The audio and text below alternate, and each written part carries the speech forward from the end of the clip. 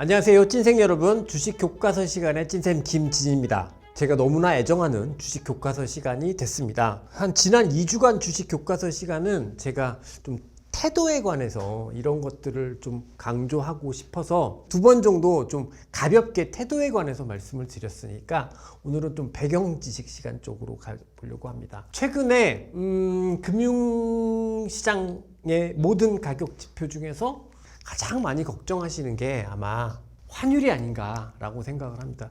요새 너무 걱정이 많으시죠? 원달러가 너무 막 올라가고, 그리고 이것 때문에 주식시장이 더 안 좋은 부분도 사실 좀 존재를 하고요.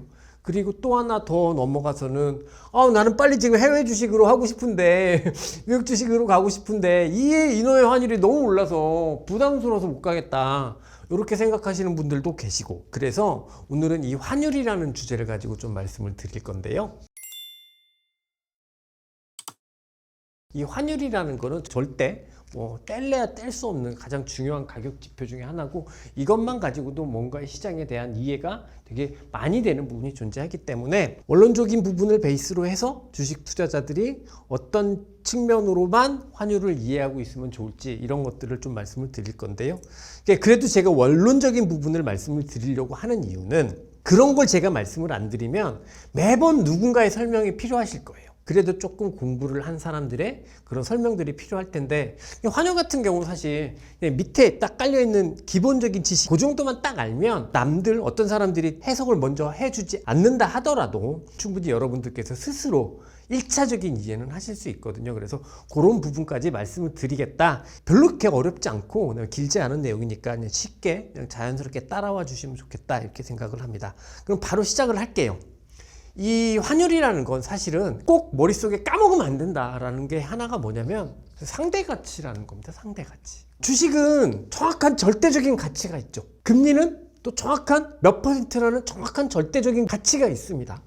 근데 이 환율은 다른 나라 통화에 대비해서 우리나라의 환율이 어떻게 되느냐, 이 나라의 통화가 어떻게 되느냐, 이렇게 기본적으로 상대적인 개념이지 절대적인 개념이 아니다라는 거 우리가 종종 까먹거든요. 그래서 우리가 보통 원달러를 이해할 때도 그냥 원달러가 올라가면 원화가 약세니 걱정 마, 이렇게만 이제 많이 이해가 되는데, 사실 상대적인 가치, 상대적인 개념이다 라는 측면으로 생각하면 좀 해석이 다를 수도 있거든요. 그래서 꼭 잊지 마셔야 하는 부분 중에 하나는, 환율은 상대적인 가치다. 우리나라 통화뿐만 아니라 전 세계 모든 나라의 통화에 그러면 이 상대적인 가치니까 기준이 필요할 거지 않습니까? 기준이 필요할 텐데, 이 기준이 뭘까요? 네, 다들 아시다시피 달러입니다. 미국 통화가 기준이 된다, 이렇게 이해를 하시면 될 거예요. 여기까지 다 하시는 내용입니다. 절대 어려운 내용 아니고 그렇습니다. 근데 달러가 기본적으로 기준이 되다 보니까 전 세계 수많은 통화들이 있잖아요. 전 세계에 굉장히 많은 수많은 통화들이 있는데, 이 수많은 통화들을 하나의 기준을 통해서 약간 좀 구분돼서 작동되는 것 같아요. 이게 무슨 말씀이냐면, 이 달러하고 대체가 가능한가? 달러와 대체가 가능한 통화가 있고요. 달러와 사실상 대체가 힘든 통화가 있습니다. 주로 이제 선진국들의 통화는 달러하고 대체가 가능한 통화로 분류할 수 있겠죠.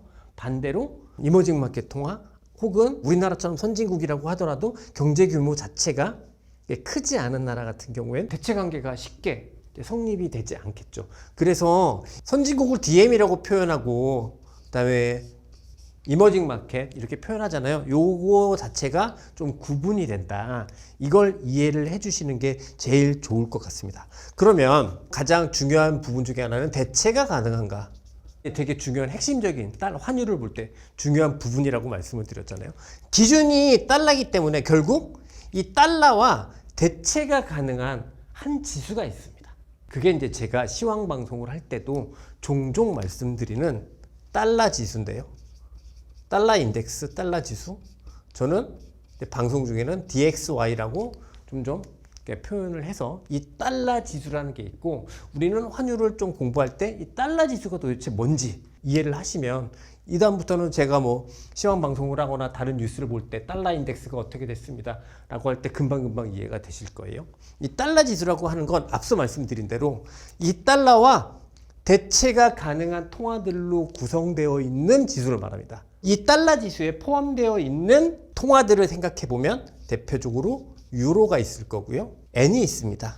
그리고 영국 파운드가 있고요. 그 다음에 캐나다 달러가 있고, 이게 참 얘가 왜 들어가 있는지 잘 모르겠는데 스웨덴 크로나가 있고요. 그 다음에 마지막으로 스위스의 프랑이 있습니다.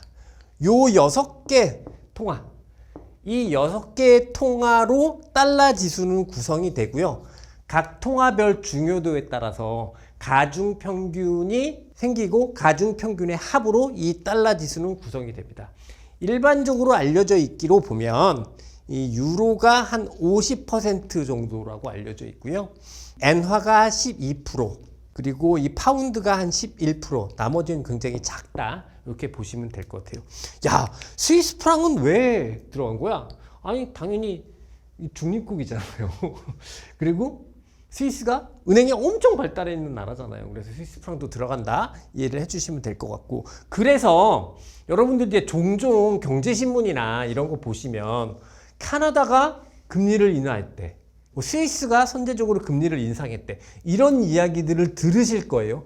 이유는 뭐냐면 그 나라 통화들이 다 이 달러 지수에 포함되어 있는 통화이기 때문에 이 각각의 나라, 그러니까 EU, BOJ, 그 다음에 영란은행, 캐나다 중앙은행, 스웨덴 은행, 그 다음에 스위스 중앙은행의 통화 정책은 달러 지수를 결정하는 데 영향을 주기 때문에 중요하다. 그래서 신문에 캐나다 얘기도 나오고 스웨덴 얘기도 나오고 스위스 이야기도 나오는 거다. 이렇게 이해를 해 주시면 좋을 것 같고요. 가중평균 정도로 생각하면 유로가 가장 크고 그 다음이 엔화, 그 다음이 파운드의 순서로 가중평균이 되어 있다. 이렇게 이해를 해주시면 될 것 같습니다. 근데 이 정도만 이해를 하셔도 달러 지수는 다 이해가 되셨다라고 생각을 하고, 결국 이 달러 지수를 구성하는 통화라는 게 특징이 뭐다라고 말씀드리자면 앞서 말씀드린 대로 대체가 가능한가,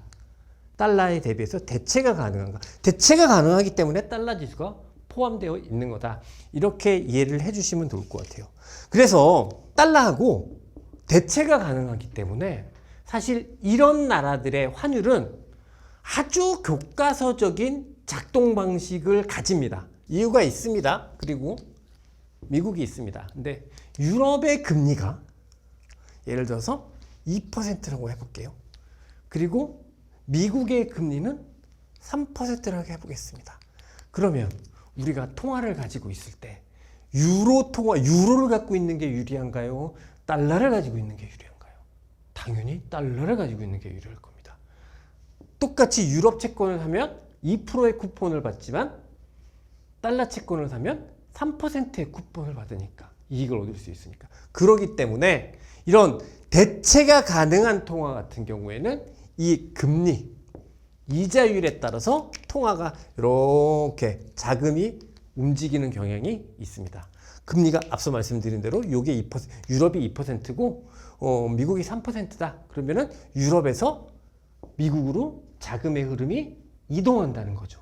그러면 유로가 있고 달러가 있으면 어느 나라 통화가 더 세질까요? 당연히 달러의 통화가 세질 겁니다. 이게 기본적으로 우리들이 책에서, 교과서에서 정말 많이 설명하는 이자율 균형 이론, 그 다음에 또 뭐 물가 구매력 평가 이론, 뭐 이런 것들이 다 똑같은 이야기입니다. 그리고 이런 통화에 대한 평가 이론들은 기본적으로 이렇게 대체가 가능한 달러 지수를 구성하고 있는 선진국 통화에서는 대체적으로 맞게 형성이 됩니다.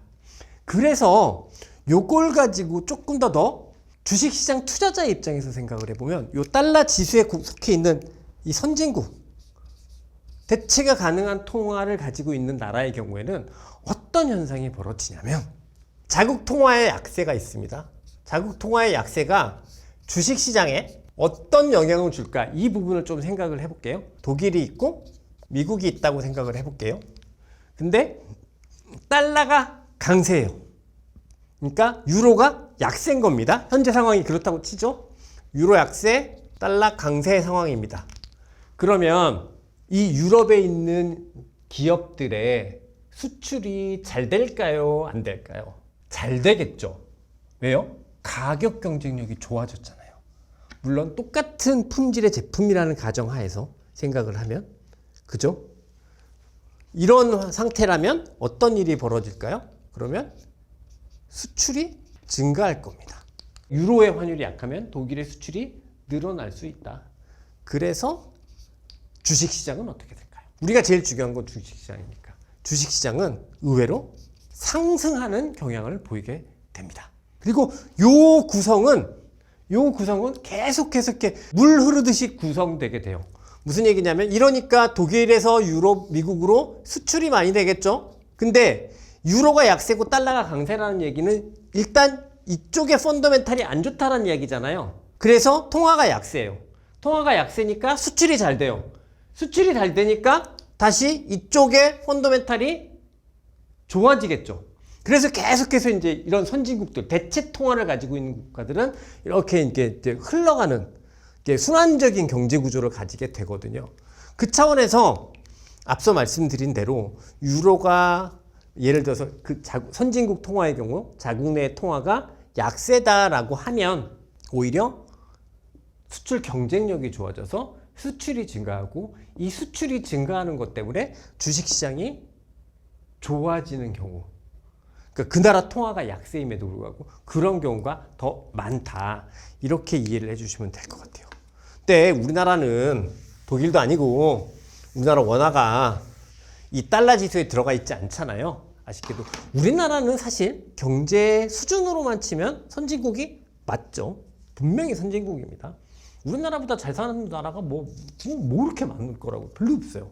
근데 기본적으로 우리나라 경제 구조 자체가 작고, 경제 규모 자체가 크지 않고, 돈은 잘 버는 나라지만 경제 규모 자체가, 왜? 인구가 별로 안 크니까요.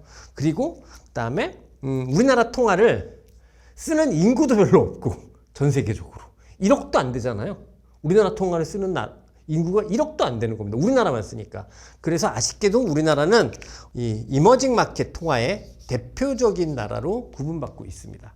그 이야기는 무슨 얘기냐면, 앞서 말씀드린 대로 환율은 상대 가치가 중요한데, 상대 가치에서 가장 핵심적인 것 중에 하나는 이 대체 가능한가, 달러를 대체 가능한가, 이 부분인데, 우리 원화는 아쉽게도 대체가 가능하지 않은 통화죠. 그래서 이머징 마켓 통화라고 합니다.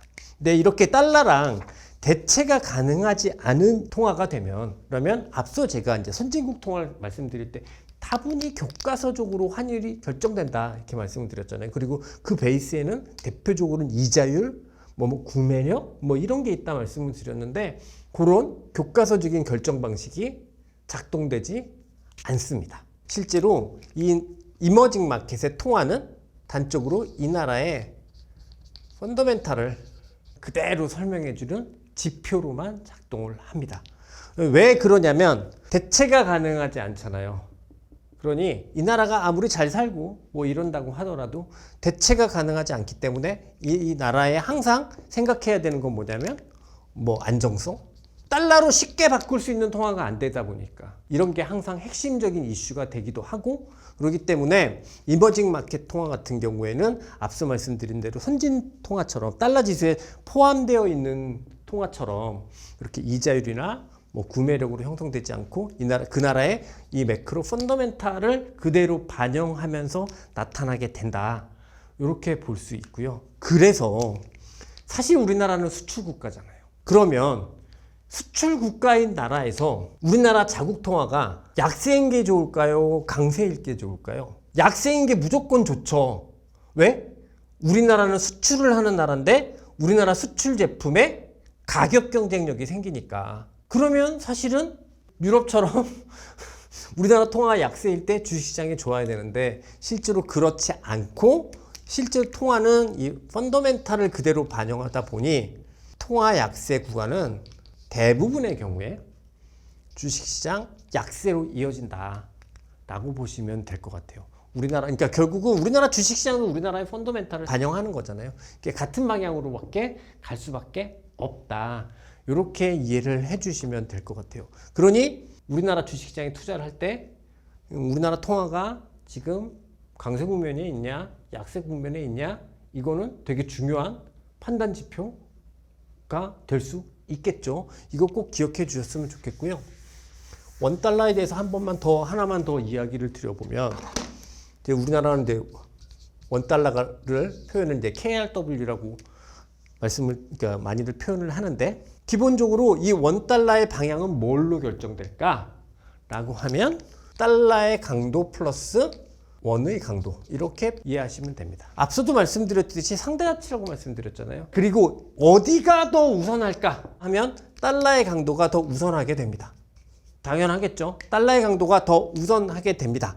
그리고 그 다음이 원의 강도에 따라서 그러니까 소위 얘기해서 원이 강한 국면이냐 약한 국면이냐 다른 나라 대비 상대적으로 더 좋은 국면이냐 나쁜 국면이냐로 환율이 표현된다. 그렇기 때문에 최근에 보면요. 지난 1년 동안 원달러하고 N달러를 그래프로 놓고 그리잖아요. 그러면 궤적이 똑같아요. 이렇게. 근데 일본은 조금 이런 수준이고 우리나라는 이런 수준인 거죠. 근데 되게 웃겨요. 잘 보시면 우리나라는 금리를 내리려는 나라잖아요. 일본은 금리를 올리려는 나라예요. 그러면 이자율을 가지고 설명하면 잘 안 맞아요. 근데 똑같이 움직인다는 거죠. 왜 그럴까요? 기본적으로 환율을 움직이게 되는 가장 큰 이유는 얘의 강도니까. 그래서 우리는 사실은 달러 지수를 많이 보게 되는 겁니다. 달러 지수가 강한 국면이냐 달러 지수가 약한 국면이냐가 사실 우리나라 원달러 이 환율의 궁극적인 기본적인 방향을 만든다는 거죠. 근데 달러 지수가 강한 국면이냐 달러 지수가 약한 국면이냐에 우리나라 원은 작동을 안 해요. 앞서 말씀드린 유로, 엔, 파운드 얘네들이 작동을 하는 거지. 그러니 우리나라 원달러 볼 때는 첫 번째는 달러 지수가 지금 어떤 방향으로 움직이고 있느냐를 먼저 판단을 해야 될 거고요. 그 다음에가 원의 강도다. 그래서 우리나라의 워낙 지금 최근에 우리나라 정치적 이슈도 있고 뭐 이슈도 있고 말이 많잖아요. 되게 힘들잖아요. 그래서 최근에 달러 지수가 상승하는 과정에서 우리나라 원달러의 상승 강도가 더 커지고 있는 거다. 이렇게 이해를 해주시면 그러면 우리나라 환율을 이해하시는 데는 충분하지 않을까라는 생각이 들어요. 이렇게 생각을 해보시면 좋겠습니다. 과거에는 우리나라 통화가 정말 얘하고 유사하게 움직였거든요. 근데 최근 10년 동안은 또 중국 위안이랑도 되게 비슷하게 움직여요. 근데 그리고 그 주교도가 일본에서 이쪽으로 점점점 더 갔었던 게 사실이에요. 그거 왜 그럴까요? 우리나라 수출이 중국으로 훨씬 더 많이 하다 보니까. 근데 그게 작년부터 근데 그 강도가 다시 이쪽으로 오기 시작을 하거든요. 이쪽으로 오고 있다는 얘기는 무슨 얘기냐면 일본이랑 경제 구조가 비슷해진다가 아니라 달러 지수의 영향을 더 많이 받는다. 달러의 방향에 더 영향을 많이 받는다. 이렇게 이해를 해주시면 될 거예요. 그리고 이제 마지막으로 이제 걱정을 많이 하시는 게 나는 그래 알겠다. 우리나라 주식 투자할 때는 그래 원화가 강세일 때 이렇게 하는 게 좋겠구나. 근데 나는 지금 해외 주식 투자를 하고 싶은데 지금 환율이 너무 부담스러워서 그렇다. 근데 부담스럽죠. 그리고 일시적으로는 그게 좀 영향을 주겠죠. 너무 많이 올랐으니까 뭐 또 이렇게까지만 아마 쑥 빠져도 뭐 전혀 잘못될 건 아닐 거고 그러면은 이때 환전하는 것보다는 이때 환전하는 게 훨씬 나으니까 그런 일정 정도 단기적으로는 영향이 있을 텐데 이렇게 한번 생각을 해보세요. 우리가 해외 주식 투자를 왜 하나요?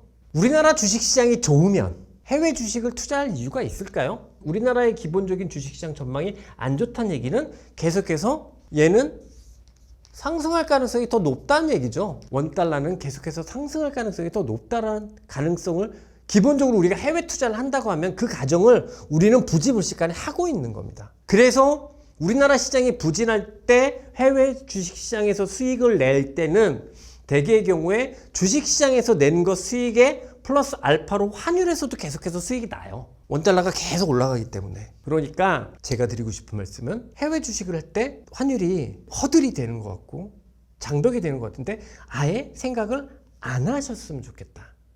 단기적으로는 이렇게 되고 이렇게 될 수도 있는데 우리가 요 정도의 요것 때문에 뭘 하지 못하고 해야 되고 판단하는 건 아니잖아요. 그러면 기본적으로 우리나라 시장이 별로 안 좋고 해외 시장이 더 좋아서 주식 투자를 한다고 하면 대개의 경우 100%는 아닙니다만 대개의 경우에는 환율은 나의 투자에 우호적인 변수로 작용할 거다. 이렇게 이해를 해주시면 환율은 조금 더 쉽고 좀 덜 부담스럽게 받아들여지시지 않을까 그런 생각을 해봅니다. 이 정도만 알고 있으면 환율이라는 자산에 대해서 우리 주식 투자자로서 가져야 하는 기본적인 소양 정도는 다 거의 대부분 제가 다 다루고 말씀을 드린 것 같거든요. 그래서 한 요 정도까지만 이해를 해주셨으면 좋겠다. 다시 한번 정리를 하겠습니다. 환율은 상대 가치고요. 그리고 모든 통화의 기준은 달러입니다. 그리고 이 달러에 대체 가치가 있는 통화냐, 대체 가치가 없는 통화이냐에 따라서 그 흐름이 달라집니다. 대체 가치가 있는 통화의 경우에는 이자율, 금리가 굉장히 환율에 중요한 영향을 미치게 됩니다. 그래서 금리가 낮은 쪽보다는 금리가 높은 쪽의 지역의 통화가 강세를 보이게 되는 거고, 그래서 중앙은행에서 어떤 금리 결정을 하고 나면 그 이후로 환율이 막 이렇게 변하게 되는 겁니다. 하지만 얘와 대체 가치가 없는 대표적인 통화가 바로 우리나라 원달러, 원화를 들 수 있는데, 이건 대체 가치가 없기 때문에 실제로 이 나라의 그대로의 펀더멘탈을 가장 잘 반영하는 자산이다. 이렇게 이해를 해주시면 될 것 같고요. 그 나라의 펀더멘탈을 가장 잘 반영하기 때문에 주식시장 입장에서 생각을 해보면 원화가 강세일 때 주식시장이 강세일 가능성이 더 높다. 우리나라 시장이 수출 국가임에도 불구하고 그렇게 이해를 해주시면 좋을 것 같고요. 최근에는 위안화하고 동조화 경향이 굉장히 높았으나 또 최근 들어서 다시 엔화하고도 동조화 경향이 높은데, 이건 결국은 중국과의 무역이 줄고 미국과의 무역이 늘어나기 때문에 나타나는 현상이다. 이렇게 이해를 해주시면 될 것 같고, 마지막으로 환율이 무서워서 해외 투자를 못 하시는 분들이라면 단기적으로야 부담스러울 수 있겠지만 대개의 경우에는 해외 투자는 원달러가 상승하는데 오히려 수익을 더 증대시켜주는 요인이지 악화시키는 요인은 아니다. 그냥 요 정도로만 이렇게 정리를 해도 요게 오늘 제가 드린 말씀의 다거든요. 결론만 말씀을 드린 건데, 이 정도만 정리하시더라도 앞으로 환율을 바라보실 때나 이렇게 하실 때, 또 제가 중간중간 시황 설명할 때 환율을 가지고 설명드릴 때 충분히 이해되실 수 있을 거라고 생각을 합니다.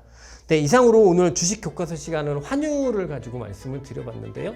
조금은 어려운 이야기일 수도 있고 조금은 어색한 이야기일 수도 있고 불편한 이야기일 수도 있겠지만 뭐 한 번 정도 그냥 딱 들으시면은 그렇게 또 어려운 얘기도 아니니까 충분히 이해되실 거라고 생각하고, 이런 이야기들이 계속 쌓이면 여러분들의 투자의 내공이 저는 더 늘어날 거다라고 믿어 의심치 않습니다. 끝까지 들어주셔서 감사하고요. 이상 주식 교과서 시간 마무리하도록 하겠습니다. 저는 신쌤 김진이었습니다. 감사합니다.